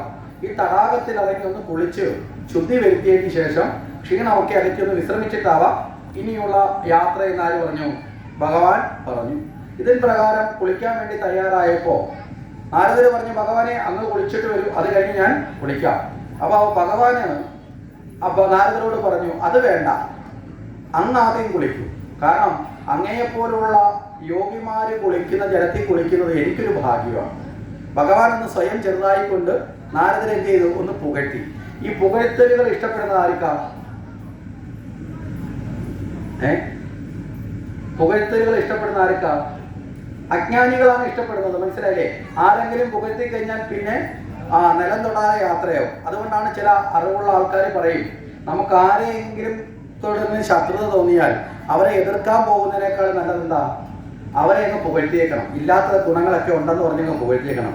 സുന്ദരിയാണ്, സുന്ദരനാണ്, നല്ല ശബ്ദമാണ്, കാണാൻ എന്ത് രസമാണ്, ഇട്ടിരിക്കുന്ന വസ്ത്രം കൊള്ളാം, ആഭരണം കൊള്ളാം. മനസ്സിലായില്ലേ? ഇത്രയും മിടുക്കിയായ ഒരാൾ വേറെ ഇല്ലെന്നൊക്കെ പറഞ്ഞ് ഇല്ലാത്തത് മുഴുവൻ ഉണ്ടെന്ന് പറഞ്ഞങ്ങ് പുകഴ്ത്തിയേക്കണം. ഈ പുകഴ്ത്തി കഴിയുമ്പോഴത്തേക്ക് ഇത് അഹങ്കാരികൾ അത് ഇഷ്ടപ്പെടുകയും ചെയ്യും. പിന്നെ നിലം തൊടാതെ യാത്ര ചെയ്തോളും. മനസ്സിലായോ? ഒന്നുകിൽ 11 kV പോയി തട്ടിക്കോളും, ഇല്ലെങ്കിൽ ഏതെങ്കിലും കുഴിയിൽ പോയി വീണോളും. മനസ്സിലായി? കേട്ടത് ഓർത്ത് യാത്ര ചെയ്ത് പോകുമ്പോൾ എന്ത് ചെയ്യും? സ്ഥലകാല ബോധത്തിൽ നിന്ന് ഭ്രമമുണ്ടാവും. അപ്പൊ ഇവിടെ പുകഴ്ത്തി. അപ്പൊ നാരദർക്ക് ഈ ഉള്ളിലുള്ള അഹന്തയുണ്ടല്ലോ, മുമ്പേ പറഞ്ഞേ, ഈ അഹന്തയുള്ള ഒരു പുകഴ്ത്തൽ ഇഷ്ടപ്പെടും. മനസ്സിലായില്ലേ? നമ്മളൊക്കെ ചില പരിപാടികളൊക്കെ നടക്കാൻ കണ്ടില്ലേ? ഈ വേദിയിലൊക്കെ ഒന്ന് ചെന്ന് പ്രസംഗിക്കാൻ കയറിയിട്ട് ഈ ഇരിക്കുന്ന ആളാരാന്നറിയാവോ? ഇയാളെ കണക്ക് വേറൊരാളില്ല, അയാൾ മഹാനാണ്, അങ്ങനെയാണ്, ഇങ്ങനെയാണ്. ഇത് കേൾക്കുന്നതോറും ഇരിക്കുന്ന ആൾ ഇങ്ങനെ ഇങ്ങനെ ഇങ്ങനെ ഇട്ടിട്ടുണ്ട് ഇങ്ങനെ ഇരിക്കും. ഞാനാണ് അമ്പട കേമ എന്ന് പറഞ്ഞ് ഒക്കെ ഇങ്ങനെ ഇരിക്കും. മനസ്സിലായില്ലേ? പുകഴ്ത്തിയിട്ടുണ്ട്. പുകഴ്ത്തുന്ന ആള് അയാളെ പുകഴ്ത്തുന്നതോട് ഇയാളോടൊരു പ്രിയം വരും, ഇഷ്ടം. ഇത്രയേ ഉള്ളൂ. അത് കഴിഞ്ഞാൽ ഈ പാവപ്പെട്ടവരെന്ത് ചെയ്യും? പലതും ഒക്കെ ഞാനാണ് കേമൻ എന്ന് പറഞ്ഞ് പലയിടത്തും പോയി ആവശ്യമില്ലാത്തതൊക്കെ പോയി തലയിടും. അവിടെ നിന്നൊക്കെ തിക്ത അനുഭവങ്ങൾ ഉണ്ടാവുകയും ചെയ്യും. അപ്പൊ പുകഴ്ത്തുകൾ അജ്ഞാനികളെയാണ് പലപ്പോഴും സംഭവിക്കുന്നത്. അപ്പോ അജ്ഞാനികളായിട്ടുള്ള ആൾക്കാർ ഈ പുകഴ്ത്തൽ ഇഷ്ടപ്പെടും. അപ്പൊ ഇവിടെ പറഞ്ഞു വന്നത് കണക്ക് ഈ ഭഗവാൻ വിഷ്ണു നാരദരെ എന്ന് പുകഴ്ത്തി. എന്താ? അങ്ങ് വലിയ യോഗിയാണ്, അങ്ങ് സ്നാനം ചെയ്തു കഴിഞ്ഞാൽ ജലം പുണ്യമായി മാറും, അപ്പൊ ആ പുണ്യം കൂടി എനിക്ക് കിട്ടും എന്ന് പറഞ്ഞപ്പോൾ നാരദർ പറഞ്ഞു, അങ്ങനെയാണെങ്കിൽ ശരി, അങ്ങക്ക് എന്നെ കൊണ്ടൊരു ഗുണം കിട്ടുന്നെങ്കിൽ കിട്ടിക്കോട്ടെ എന്ന് പറഞ്ഞുകൊണ്ട് തന്റെ വസ്ത്രങ്ങളൊക്കെ അഴിച്ചു വെച്ച് തന്റെ വീണയും രുദ്രാക്ഷമാലയും ഒക്കെ എല്ലാം കമണ്ടിലും ഒക്കെ താഴ്ത്തി വെച്ചുകൊണ്ട് നാരദർ എന്ത് ചെയ്തു? കുളിക്കാൻ വേണ്ടി ഇറങ്ങി. നാരദർ കുളിക്കാൻ വേണ്ടി ഇറങ്ങുന്ന സമയത്ത് നാരദരുടെ ഈ വസ്ത്രങ്ങളും മാലയും വീണയും ഒക്കെ എടുത്തുകൊണ്ട് വിഷ്ണു അവിടെ നിന്ന് അങ്ങ് പോയി കളഞ്ഞു. മനസ്സിലായില്ലേ? പണ്ടിലെ കൃഷ്ണാവതാരത്തില് കുളിക്കാൻ പോയപ്പോൾ ഗോപികമാരെ ചേല എടുത്തുകൊണ്ട് പോയതിന്റെ മറുഭാഗം. പണ്ട് തൊട്ടേ കൃഷ്ണന്റെ ഒരു സ്വഭാവം ചേലയെടുപ്പ് എന്ന് പറയുന്നത്. ഇവിടെയും ഭഗവാൻ ചേലയെടുത്തു എന്ന് നമ്മൾ അങ്ങനെ വിചാരിക്കരുത്. ചേലയെടുപ്പവനും കൃഷ്ണൻ, ചേല കൊടുപ്പവനും കൃഷ്ണൻ എന്നൊരു ചൊല്ലുണ്ട്. മനസ്സിലായില്ലേ? ഗോപികമാരിൽ നിന്ന് ദേഹാഭിമാന ബോധം കളയാൻ, മനസ്സിലായോ, ഗോപികമാരുടെ ചേല എടുത്തു.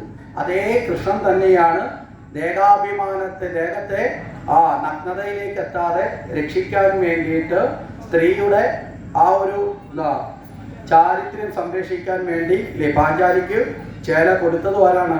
കൃഷ്ണനാണ്. മനസ്സിലായില്ലേ? അപ്പൊ ഭഗവാൻ കൃത്യമായി ഓരോ കർമ്മത്തെയും കൃത്യമാക്കി പോകുന്ന ആളാണ്. അപ്പോൾ ഇവിടെ എന്തായാലും വസ്ത്രമൊക്കെ എടുത്തുകൊണ്ട് നേരെ അവിടം വിട്ടുപോയി. ഈ സമയത്ത് നാരദര് വെള്ളത്തിലിറങ്ങി മുങ്ങി കയറിയപ്പോഴാണ് ഒരു മാറ്റം. നാരദൻ മുങ്ങി, പക്ഷെ കയറിയത് നാരദിയാണ്. മനസ്സിലായില്ലേ? ഒറ്റയടിക്ക് നാരദൻ ആരായി മാറി? സ്ത്രീയായി മാറി. നാരദൻ കയറി കഴിഞ്ഞപ്പോൾ സ്ത്രീഭാവത്തിലായി മാറി. നാരദർക്ക് താൻ നാരദനായിരുന്നു എന്ന് പുരുഷനാണെന്നുള്ള ബോധമൊക്കെ നഷ്ടപ്പെട്ടു. ശരീരം മുഴുവൻ എന്തായി? സ്ത്രീഭാവമായി. മനസ്സും സ്ത്രീഭാവത്തെ ഉൾക്കൊള്ളുന്നതായി മാറി. കരയിൽ കയറി വന്ന നാരദര് എങ്ങോട്ട് പോകണമെന്നറിയാൻ വയ്യ. നാരദരെന്ന് ഇനി പറയുന്ന നാരദി എന്ന് പറയാം. നാരദിക്ക് എങ്ങോട്ട് പോകണം എന്നറിയില്ല. കാരണം എവിടെ നിന്ന് വന്നു എന്നുള്ളതെല്ലാം മറന്നു. ഭഗവാന്റെ മായ കൊണ്ട് മറന്നു. ഇപ്പൊ ആകെയുള്ളത് പുരുഷ സ്വഭാവവും ഇല്ല. അതുകൊണ്ട് നാരദനാണെന്ന ബോധവും ഇല്ല. അപ്പൊ താൻ അനാഥയായ ഒരു സ്ത്രീയാണെന്ന് സ്വയം ആര് കൽപ്പിച്ചു? നാരദി കൽപ്പിച്ചു. ആ സമയത്താണ് ആ നാട്ടിലെ യുവരാജാവായിട്ടുള്ള താലധ്വജൻ എന്ന രാജാവ് നേരെ നായാട്ടിന് വേണ്ടി വരുന്നത്. അങ്ങനെ നായാട്ടിന് വേണ്ടി വരുമ്പോൾ അദ്ദേഹം നോക്കുമ്പോൾ ആ വനത്തിനോട് ചേർന്ന പൊയ്കയിലെടുത്ത് അതിസുന്ദരിയായിട്ടുള്ളൊരു പെൺകുട്ടി നിൽക്കുന്നു. ആ സൗന്ദര്യം കണ്ട് ഇഷ്ടപ്പെട്ട് അദ്ദേഹം വന്ന് ചോദിച്ചു, നീ ആരാണ്? ഏകാഗിയായി ഇവിടെ വന്ന് ഈ വനത്തിൽ നിൽക്കാൻ നിന്നത് നീ ആരാണ്? അപ്പോൾ ഈ പെൺകുട്ടി പറഞ്ഞു, ഞാൻ എങ്ങനെയോ ഇവിടെ എത്തപ്പെട്ടു എന്ന് പറഞ്ഞു. അപ്പോൾ നീ ആരാണെന്ന് ചോദിച്ചപ്പോൾ ഞാൻ ആരും ഇല്ലാത്തവളാണ്. മനസ്സിലായില്ലേ? പറയാനൊരു അഡ്രസ്സും ലേവലും ഇല്ല. ഞാൻ ആരും ഇല്ലാത്തവളാണ്, അശരണയാണ്. അപ്പോൾ ചോദിച്ചു, നിന്റെ സൗന്ദര്യം കൊണ്ട് എനിക്ക് ഇഷ്ടം തോന്നി, നിന്നെ എനിക്ക് വിവാഹം കഴിക്കുന്നതിന് താല്പര്യമുണ്ടെന്ന് ആര് പറഞ്ഞു? താലധ്വജൻ പറഞ്ഞു. ഇവിടെ എങ്ങോട്ട് പോകണമെന്നറിയാതെ നിൽക്കുന്ന നാരദയ്ക്ക് ഇതൊരു വലിയ ഭാഗ്യമായി തോന്നി. കാരണം എന്താ? പോകാനൊരു സ്ഥലം തെളിഞ്ഞു വന്നു. നാരദ പറഞ്ഞു, ഞാൻ അങ്ങേ വിവാഹം കഴിക്കാൻ എനിക്ക് യാതൊരു മടിയില്ല. കാരണം എനിക്കിപ്പോൾ തന്നെ ആരോരും ഇല്ലാത്തവളാണ്. അപ്പോൾ അങ്ങേയെപ്പോലെ ഒരാളിൻ്റെ പത്നിയായാൽ എനിക്കത് മഹാഭാഗ്യമാണെന്ന് പറഞ്ഞു. അങ്ങനെ താരതഞ്ഞ് ഈ പെൺകുട്ടിയും കൂട്ടി കൊട്ടാരത്തിലെത്തി. അവിടെ കൊട്ടാരത്തിൽ വെച്ച് വിദ്യാഭരണം വിവാഹമൊക്കെ കഴിഞ്ഞു. ഇവരിങ്ങനെ മുന്നോട്ട് ജീവിക്കുകയാണ്. കാലങ്ങൾ കഴിഞ്ഞു പോയി. നാരദയ്ക്ക് 6-7 ആ മക്കളൊക്കെ ജനിച്ചു. മനസ്സിലായില്ലേ? അങ്ങനെ നാരദ ഗർഭവതിയായി പ്രസവിക്കുകയൊക്കെ ചെയ്തു. ഇങ്ങനെ കാലങ്ങൾ ഏറെ കഴിഞ്ഞു പോയപ്പോൾ മക്കളായി, കൊച്ചുമക്കളുമായി. ഈ സമയത്ത് ഈ താലധ്വജന്റെ രാജ്യത്തെ ശത്രുരാജ്യം ആക്രമിച്ചു. ഇവർ തമ്മിലുള്ള യുദ്ധത്തിൽ ഏർപ്പെടാൻ തുടങ്ങി. ഈ യുദ്ധം നടക്കുന്ന വേളയിൽ താലധ്വജൻ യുദ്ധത്തിൽ പരാജയപ്പെട്ട് ആ യുദ്ധക്കളം വിട്ട് ഓടി രക്ഷപ്പെടേണ്ടി വന്നു. അദ്ദേഹം എവിടേക്ക് പോയെന്ന് ആർക്കും അറിയില്ല. ഇവിടെ താലധ്വജന്റെ മക്കളായിട്ട് നാരദയ്ക്ക് ജനിച്ച മക്കളെല്ലാവരും യുദ്ധത്തിൽ മരണപ്പെട്ടു. കൊച്ചുമക്കളും മരണപ്പെട്ടു. അങ്ങനെ ഈ യുദ്ധത്തിന് പോയ സ്ഥലത്ത് നിന്നൊരു ദൂതൻ വന്ന് ഈ നാരദിയോട് പറഞ്ഞു, ഇതാ അങ്ങയുടെ അല്ലെങ്കിൽ ആ രാജ്ഞിയുടെ ഈ മക്കളെല്ലാവരും മരണപ്പെട്ടു, ഭർത്താവും മരിച്ചുപോയെന്നാണ് പറഞ്ഞത്. കാരണം അദ്ദേഹത്തിന്റെ മൃതശരീരം ആരും കണ്ടിട്ടില്ല, അദ്ദേഹം ജീവിച്ചിരിപ്പുണ്ടെന്ന് ആർക്കും അറിയത്തതുമില്ല. അതുകൊണ്ട് താലധ്വജനും മരിച്ചു, കൂടെ ആരും മരിച്ചിട്ടുണ്ട്, മക്കളും എല്ലാവരും മരിച്ചു. അപ്പൊ വീണ്ടും താൻ അശരണയായി മാറി, ഇല്ലേ? ആരോരുമില്ലാത്തവളായി മാറി. ഈ ദുഃഖം സഹിക്കാൻ വയ്യാതെ ഇവിടെ യുദ്ധക്കളത്തിലേക്ക് തന്റെ ഭർത്താവിൻ്റെയും മക്കളുടെയും മൃതശരീരത്തിന്റെ അടുത്തേക്ക് നിലവിളിച്ചുകൊണ്ട് ഓടാൻ തുടങ്ങി. നാരദി ഓടാൻ തുടങ്ങി. അങ്ങനെ നാരദി ഓടി ഈ യുദ്ധക്കളത്തിലെത്തി മരിച്ചു വീണ മക്കളുടെ ശരീരമൊക്കെ എടുത്ത് മടിയിലേക്ക് വെച്ചുകൊണ്ട് വിലപിക്കുകയായി. മക്കളെല്ലാം വേർപെട്ട, ഭർത്താവ് നഷ്ടപ്പെട്ട, ശരണം നഷ്ടപ്പെട്ട, അശരണയായി തീർന്ന ഒരവസ്ഥയിൽ ഒരു സ്ത്രീക്കുണ്ടാകുന്ന എല്ലാ ദുഃഖവും ആർക്ക് വന്നു? നാരദിക്ക് വന്നു. നാരദി അങ്ങനെ ഇരുന്ന് നിലവിളിക്കുകയാണ്. അങ്ങനെ നിലവിളിച്ച് മുന്നോട്ട് പോകുന്ന ആ അവസരത്തിൽ നോക്കുമ്പോൾ ഈ നാരദിയുടെ തോളില് ഒരാൾ വന്ന് തൊട്ടു. എന്നിട്ട് ചോദിച്ചു, എന്തേ ഇത്രയും വലിയ ദുഃഖം? അവ പറഞ്ഞു, എൻ്റെ മക്കൾ മരിച്ചു, എൻ്റെ ഭർത്താവ് മരിച്ചു, ഭർത്താവിൻ്റെ ശരീരം പോലും കിട്ടിയിട്ടില്ല. അതൊന്നും ദുഃഖമാണ്. മനസ്സിലായില്ലേ? മരിച്ചു, ശരീരം പോലും, മൃതശരീരം പോലും കിട്ടിയിട്ടില്ല. ഇങ്ങനെയുള്ള വിഷമങ്ങളൊക്കെ പറഞ്ഞു. അപ്പോഴത്തേക്കും പറഞ്ഞു, മരിച്ചവരും മരിച്ചു, ഇനി കരഞ്ഞുകൊണ്ട് എത്ര ഇരുന്നാലും പരിഹാരം ഉണ്ടാവുമോ? നമ്മൾ ആരെങ്കിലും മരിച്ചതിൻ്റെ പേരിൽ കരഞ്ഞത് കൊണ്ട് ഇന്ന് വരെ മരിച്ചാരെങ്കിലും തിരിച്ചു വന്നിട്ടുണ്ടോ? ഉണ്ടോ? അപ്പൊ അതുകൊണ്ട് കാര്യമില്ല. പിന്നെ എന്ത് വേണം? ഇനി ആ മരണപ്പെട്ടവർക്ക് നിങ്ങളുടെ പ്രാർത്ഥന കൊണ്ട് സദ്ഗതി ഉണ്ടാകുന്നെങ്കിലും ഉണ്ടാവട്ടെ. അതിനുവേണ്ടി എന്ത് ചെയ്യണം? ആചാരവിധിപ്രകാരമുള്ള കർമ്മങ്ങൾ ചെയ്ത് അവരുടെ മൃതശരീരത്തെ സംസ്കരിക്കുകയാണ് വേണ്ടത്, അല്ലേ? അതല്ലേ നമ്മുടെ നാട്ടിലും ചെയ്യുന്നത് എന്നുള്ള കാര്യങ്ങൾ പറഞ്ഞു. അപ്പോൾ ആ ആചാരവിധിപ്രകാരം ഈ കാര്യങ്ങൾ ചെയ്യാൻ പറഞ്ഞപ്പോൾ നാരദി പറഞ്ഞു, ഇതൊന്നും ചെയ്യാൻ എനിക്ക് അറിയില്ല, ഞാനൊരു രാജാവിൻ്റെ പത്നിയായി ജീവിച്ച ആളാണ്, എനിക്ക് കർമ്മങ്ങളും ആചാരങ്ങളും ഒന്നും അങ്ങനെ അറിയില്ല. അപ്പോഴാണ് ഈ തോളിൽ തട്ടിയ ആൾ പറഞ്ഞു, അതൊക്കെ ഞാൻ പറഞ്ഞു തരാം, ഞാൻ ഈ കർമ്മങ്ങളൊക്കെ നിങ്ങളെ കൊണ്ട് ചെയ്യിപ്പിക്കുക. അതോടുകൂടി നിങ്ങളുടെ ഈ മരിക്കപ്പെട്ടു പോയ മക്കൾക്കും ഭർത്താവിനൊക്കെ എന്തുണ്ടാവും, സദ്ഗതി ഉണ്ടാവും എന്നുകൂടി പറഞ്ഞു. അപ്പൊ അതെങ്കിലും നടക്കട്ടെ എന്നുള്ള ആഗ്രഹം, സ്നേഹം കൊണ്ട് ആർക്ക് തോന്നി? നാരദയ്ക്ക് തോന്നി. നാരദി വിഷമത്തോടു കൂടിയാണെങ്കിൽ പോലും അവിടെ നിന്ന് എഴുന്നേറ്റ് നേരെ ഇദ്ദേഹത്തിന്റെ കൂടെ കൂടി, കർമ്മം ചെയ്യാൻ വേണ്ടി അദ്ദേഹത്തിന്റെ കൂടെ കൂടി. ഇദ്ദേഹം നേരെ കൊണ്ടുപോകുന്നത് ഒരു തടാകത്തിലേക്കാണ്. ആ തടാകത്തിൽ മുങ്ങി കയറിയിട്ട് വേണം കർമ്മങ്ങൾ ചെയ്യാൻ. അപ്പൊ തടാകത്തിലേക്ക് കൊണ്ടുപോയി. ഈ തടാകം ഈ ആദ്യ സമയത്ത് കണ്ട അതേ തടാകം തന്നെയാണ് ഈ തടാകം. ഈ തടാകത്തിലേക്ക് മുങ്ങി.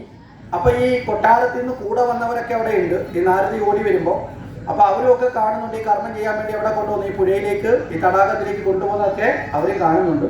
ഈ തടാകത്തിൽ ചെന്ന് ഇറങ്ങി മുങ്ങിയിട്ട് കയറി വരാൻ പറഞ്ഞു. ഇറങ്ങി മുങ്ങിയതോടുകൂടി നാരദി നാരദനായി മാറി. മനസ്സിലായില്ലേ? അതോടുകൂടി പിന്നെ സ്ത്രീഭാവത്തിൽ നിന്ന് മാറി ആരായി മാറി? പുരുഷഭാവത്തിലായി മാറി. ഇങ്ങനെ പുരുഷഭാവത്തിലേക്ക് എത്തിയ നാരദൻ കയറി വരുമ്പോ നോക്കുമ്പോൾ കരയില് പണ്ട് അഴിച്ചു വെച്ചിരുന്ന വീണയും കമണ്ഡലവും രുദ്രാക്ഷമാലയും വസ്ത്രങ്ങളും അവിടെ ഇരിപ്പുണ്ട്. ഈ വസ്ത്രങ്ങൾ ഇതെല്ലാം കണ്ടതോടുകൂടി നാരദർക്ക് തന്റെ യഥാർത്ഥ രൂപത്തെക്കുറിച്ച് ഓർമ്മ വന്നു.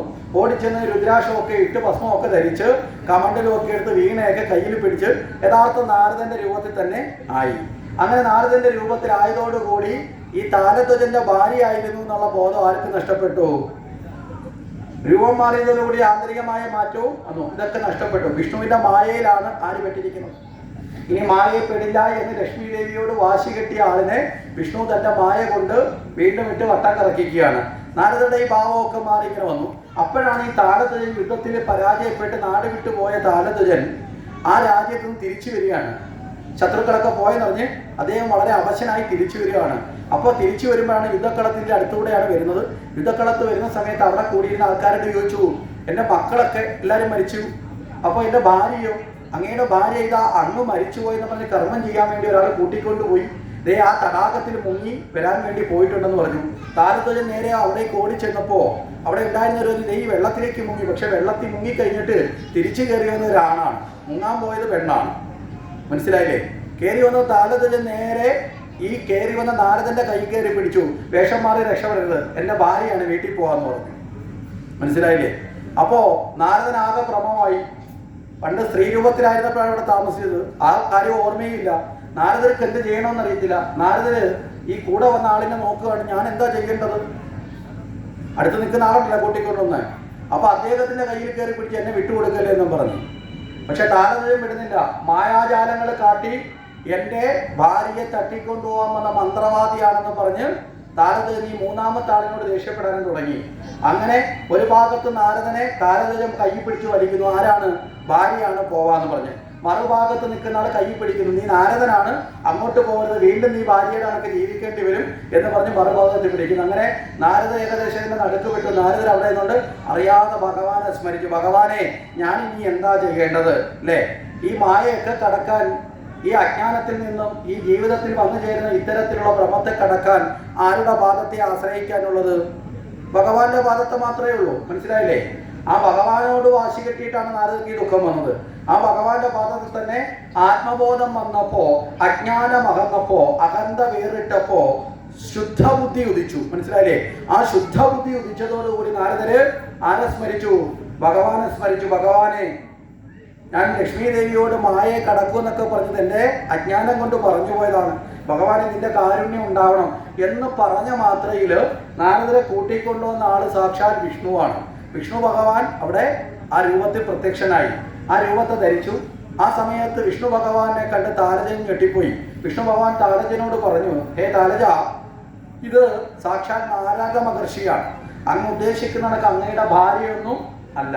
ഇത് ജീവിതത്തിന്റെ കർമ്മവിധാനം കൊണ്ട് മായയിൽ അകപ്പെട്ടാൽ ജ്ഞാനികൾക്ക് പോലും എന്ത് സംഭവിക്കും? പലപ്പോഴും ഭ്രമകരമായി യാഥാർത്ഥ്യത്തെ വിസ്മരിച്ച് ജീവിക്കേണ്ടി വരുമെന്ന ബോധത്തെ പഠിപ്പിക്കാൻ വേണ്ടിയിട്ട് അദ്ദേഹം വന്നതാണ്. അങ്ങ് വിദ്യാമണ്ണം മറ്റൊരാളെ വിവാഹം കഴിച്ച് ജീവിക്കുക വേണം. കാരണം ഇതൊരിക്കലും സ്ത്രീയല്ല. സ്ത്രീ ആയിരുന്നു എന്നതും മക്കളുണ്ടായി എന്നതൊക്കെ മായയുണ്ട്, ഇല്ലാത്തത് ഉണ്ടെന്ന് തോന്നി ഭ്രമിപ്പിച്ചതാണ്. ഒരർത്ഥത്തിൽ പറഞ്ഞാൽ നമ്മൾ ഇന്ദ്രജാലം കാണാൻ പോകില്ലേ, മാജിക് അല്ലേ? മാജിക് കാണാൻ നമ്മൾ നോക്കുമ്പോൾ ടേബിളിൽ ഒരാളെ കിടത്തുന്നു അല്ലേ, മാജിക് കളിക്കുന്ന മജീഷ്യൻ വന്ന് വാള് കൊണ്ട് രണ്ടായിട്ട് വെട്ടിമുറിച്ച് 2 പീസാക്കി, ഒന്ന് അങ്ങോട്ടും തള്ളി ഒന്ന് ഇങ്ങോട്ടും തള്ളി. മനസ്സിലായില്ലേ? ഇത് യഥാർത്ഥത്തിലുള്ളതാണോ? യഥാർത്ഥത്തിലുള്ള ആദ്യത്തെ മാജിക് കഴിയുമ്പോൾ തന്നെ അയാൾ സെൻട്രൽ കിടക്കണം. മനസ്സിലായില്ലേ? അയാൾ എത്ര വേദികൾ നടത്തിയല്ല. കാരണം എന്താ? ഇത് നമ്മളെ ഭ്രമിപ്പിക്കുന്നതാണ്. ഇവിടെ യഥാർത്ഥത്തിൽ ഈ ടേബിളിൽ 2 ഭാഗത്തേക്ക് തിളന്ന 2 പേരെയാണ്. മനസ്സിലായില്ലേ? ഈ ടേബിളിൽ കിടക്കുന്ന സമയത്ത് തന്നെ ഈ കാലുകൾ അടിയിലേക്ക് കയറ്റി വെക്കാൻ അതേ ടേബിളിൽ തന്നെ ഇതുണ്ട്. ആ ടേബിളിന്റെ അടിയിലേക്ക് കാല് കയറ്റി വെച്ചിട്ടാണ് അതിൽ ആ പെൺകുട്ടി കിടക്കുന്നത്. മറുഭാഗത്ത് ഇരിക്കുന്ന കാല് ഒറിജിനലാ, ആ ഭാഗത്ത് വേറൊരു പെൺകുട്ടി കിടപ്പുണ്ട്. ആ പെൺകുട്ടി ശരീരത്തിന്റെ മുകൾ ഭാഗം ടേബിളിന്റെ അടിയിൽ രഹസ്യമായിട്ടുള്ള ഉറയിൽ മറച്ചു വെച്ചിട്ടാണ് കാലിന്റെ ഭാഗം മുകളിൽ കാണിക്കുന്നത്. ഇതെപ്പോഴാണ് സംഭവിക്കുന്നതെന്നറിയുമോ ഈ മാറ്റം? ഈ പെൺകുട്ടി ടേബിളിൽ കിടന്നു കഴിയുമ്പോൾ ഉടനെ ഒരു വലിയ തുണി കൊണ്ടുവന്നിട്ട് ഇതേ ഇങ്ങനെ കുടഞ്ഞിട്ട് വിരിക്കാനായിട്ട് വരും. മനസ്സിലായില്ലേ? ഈ തുണി വിരിച്ചിട്ടാണ് മുറിക്കുന്നത്, അല്ല കിടത്തിയിട്ട് ഉടനെ മുറിക്കത്തില്ല. ഈ തുണി മുറിക്കുന്ന സമയം കൊണ്ട് ഈ രഹസ്യ അറകളിലേക്ക് ശരീരത്തിന്റെ പാത്രത്തെയും ഇവരുടെ പരിശീലനം കൊണ്ട് ഇവർ ചേഞ്ച് ചെയ്യും. അപ്പോൾ ഒരു ടേബിളിൽ തന്നെ 2 പേരാണ് ചേർന്ന് കിടക്കും. ഈ 2 പേരുടെയും ശരീരത്തിന്റെ ഭാഗം ചേർന്ന് തുണി കിടക്കുന്നത് നമ്മൾ വിചാരിക്കും ഒരു ശരീരമാണ്. അവിടേക്കാണ് ഈ വാള് കൊണ്ടുവന്ന് എന്ത് ചെയ്യുന്നത്? മുറിക്കുന്നത്. ഇല്ല കറങ്ങുന്ന വാളോ അല്ലാതുള്ള വാള് കൊണ്ട് മുറിക്കുന്നത്. മുറിച്ച് കഴിഞ്ഞിട്ട് 2ആയിട്ട് തെള്ളി മാറ്റും. മനസ്സിലായില്ലേ? തെള്ളി മാറ്റി കഴിഞ്ഞ് ഇതിങ്ങനെ ചേർത്ത് കൊണ്ടുവന്നിട്ട് ഈ ടേബിൾ ഒന്ന് കറക്കുന്ന സമയത്ത് ഈ ലൈറ്റിന്റെ പ്രകടമൊക്കെ ഉണ്ടാവും. ഈ ലൈറ്റ് മിന്നി മറയുന്ന സമയം കൊണ്ട് ഈ അടിയിലേക്ക് ഒളിപ്പിച്ചു വെച്ച കാലിന്റെയും എടുത്ത് ഈ പെൺകുട്ടി മുകളിലേക്ക് വെക്കും. ഇപ്പുറത്ത് മുകളിലേക്ക് കാല് വെച്ച പെൺകുട്ടിക്ക് ആ കാലും കൂടി എടുത്ത് അടിയിലേക്ക് മാറ്റും. അതോടുകൂടി വീണ്ടും നമ്മൾ വെട്ടമൊക്കെ കറക്റ്റായി ഈ തുണിയൊക്കെ വീശിയ തുണിയൊക്കെ ഇങ്ങോട്ട് മാറ്റി കഴിയുമ്പോൾ നമ്മൾ കാണുന്ന കാഴ്ച എന്താ? ഈ പെൺകുട്ടി ടേബിളിൽ നിന്ന് എഴുന്നേറ്റ് വരും. ശരിയല്ലേ? മനസ്സിലായോ? ഇതൊക്കെ നമുക്കറിയാം. എന്നാലും നമ്മൾ മുറിക്കുന്ന കാണുമ്പോൾ അയ്യോ എന്ന് വിളിക്കത്തില്ലേ? നമ്മുടെ ഈ മാജിക്കിന്റെ ഒക്കെ പിന്നാമ്പുറങ്ങളിലെ ഈ ചിത്രീകരണങ്ങൾ പലപ്പോഴും അവരുടെ കൈകാലുകളുടെ വളരെ വേഗത്തിലുള്ള ചലനമാണ്. വളരെ വേഗത്തിൽ കൈകാലുകൾ ചലിക്കുമ്പോൾ യാഥാർത്ഥ്യത്തെ കാണാൻ നമ്മുടെ കണ്ണുകൾക്കൊരു ലിമിറ്റേഷൻ ഉണ്ട്. അതിനപ്പുറത്തേക്ക് അവരുടെ ശരീരങ്ങളെ ചലിപ്പിക്കാൻ അഭ്യസിച്ചെടുക്കുന്നതുകൊണ്ട് നമുക്കത് മനസ്സിലാക്കാൻ സാധിക്കില്ല. അന്നേരമാണ് ഇതൊക്കെ സംഭവിക്കുന്നത്, ഇത്തരത്തിലുള്ള ഇത് പ്രകടിപ്പിക്കുന്നത്. അതുപോലെയാണ് ഇവിടെ യഥാർത്ഥത്തിൽ ഭ്രമം. മനസ്സിലായില്ലേ? യാഥാർത്ഥ്യത്തെ മറച്ചു വെക്കുകയും ഇല്ലാത്ത ഒന്നിനെ യാഥാർത്ഥ്യമെന്ന് തോന്നി അനുഭവപ്പെടുത്തുകയും. ഇതാണ് മായ. അപ്പൊ ഈ മായയിൽ ആര് പെട്ടിരുന്നു? നാരദന് പെട്ടു. ഈ കാര്യങ്ങളൊക്കെ താരധ്വജനെ പറഞ്ഞ് മനസ്സിലാക്കി. താരധ്വജനെ അനുഗ്രഹിച്ചു. അനുഗ്രഹിച്ച വിഷ്ണു ഭഗവാൻ നാരദനെയും കൂട്ടി നേരെ എവിടേക്ക് പോയി? നേരെ വൈകുണ്ഠത്തേക്ക് പോയി. വൈകുണ്ഠത്തിലേക്ക് എത്തുമ്പോൾ തന്നെ നാരദൻ എന്ത് ചെയ്തു? ലക്ഷ്മി ദേവിയുടെ മുന്നിൽ എത്തുമ്പോൾ തന്നെ തലമുടിച്ചു പിടിച്ചു. കാരണം എന്താ? മായയെ പെടില്ല എന്നൊക്കെ പറഞ്ഞ് വീമ്പളക്കിയല്ലേ. ആ വീമ്പൊക്കെ തീർന്നു, അഹങ്കാരമൊക്കെ മാറി ശുദ്ധഭാവത്തിലെത്തി. നാരദൻ പറഞ്ഞു, ഭഗവാനെ, ഈ മായ എത്ര കഠിനമാണ് എന്ന് എനിക്ക് മനസ്സിലായി. ഈ ഇങ്ങനെയുള്ള മായയിൽ പെടാതിരിക്കണമെങ്കിൽ ആകെ ഈ ലോകത്ത് ഒരേ ഒരു വഴിയേ ഉള്ളൂ, ഭഗവാന്റെ പാദത്തെ സദാ സർവത്ര ആശ്രയിക്കുക. ഇവിടെ എന്തിനാ ഈ മായയെക്കുറിച്ച് പറഞ്ഞെന്ന് ചോദിച്ചാൽ, നമ്മുടെ ജീവിതത്തിൽ നമ്മൾ അനുഭവിക്കുന്ന പല ദുഃഖത്തിൻ്റെയും കാരണം നമ്മൾ ഇതുപോലുള്ള മായയിൽ പെട്ടിട്ടുണ്ട്. ശരിയല്ലാത്ത പലതും ശരിയാണെന്ന് ധരിച്ചും, മനസ്സിലായില്ലേ, യാഥാർത്ഥ്യബോധത്തെ മറച്ചുകൊണ്ടും ജീവിതത്തിൽ പലതരത്തിലുള്ള മായയിലൂടെ നമ്മൾ കടന്നു പോകുന്നുണ്ട്. അതിനെ നമ്മൾ നമ്മുടെ ബോധം കൊണ്ട്, വിവേകജ്ഞാനം കൊണ്ട് നമ്മൾ ചിന്തിച്ചുറപ്പിച്ച് ശരിയായ ജ്ഞാനത്തെ വർദ്ധിപ്പിച്ചാൽ നമുക്ക് ഇത്തരം ക്ലേശകരമായ ജീവിതത്തിൽ നിന്ന് മുക്തി പ്രാപിക്കാൻ സാധിക്കും. അതിനു വേണ്ടിയിട്ട് ഉള്ള അനുഗ്രഹത്തിന് നമ്മൾ ആരുടെ പാദത്തെ ആശ്രയിക്കണം? ഭഗവതിയുടെ പാദത്തെ ആശ്രയിക്കണം. ഈശ്വര കടാക്ഷം കൊണ്ട് മാത്രമേ അജ്ഞാനം പൂർണ്ണമായി നീങ്ങൂ. നമ്മളിനി എത്ര പഠിച്ചു എന്ന് പറഞ്ഞാലും ആ പഠിച്ച ജ്ഞാനം നമ്മുടെ ജീവിതത്തെ അഭിവൃദ്ധിപ്പെടുത്തണമെങ്കിൽ ആരുടെ കടാക്ഷം ഉണ്ടാവണം? ഈശ്വര കടാക്ഷം ഉണ്ടാകണം. ആ ഈശ്വര ഭാവത്തെ ഉള്ളിൽ അറിഞ്ഞ് ഭക്തിയോടെ നിഷ്ഠയോടെ ആചരിക്കാൻ നമുക്ക് ഏവർക്കും സാധിക്കണം.